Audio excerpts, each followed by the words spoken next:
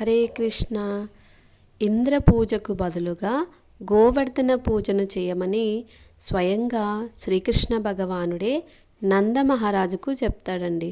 అప్పుడు గోకులంలోని వారందరూ గోవర్ధన పర్వతం దగ్గరికి పూజ చేయడానికి వెళ్తారండి. అప్పుడు ఇది తెలుసుకున్న ఇంద్రుడికి చాలా కోపం వస్తుందండి. కుండపోతగా వర్షాన్ని కురిపించడం ప్రారంభిస్తాడు.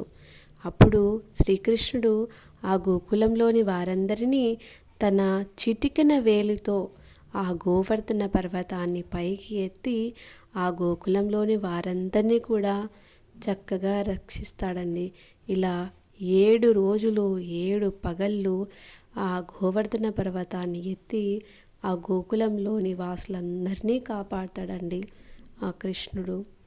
అందుకే ఆ గోవర్ధన గిరి పూజ జరిగిన రోజు కాబట్టే మన ఇస్కాన్లో గోవర్ధన గిరి పూజను చక్కగా నిర్వహిస్తారండి.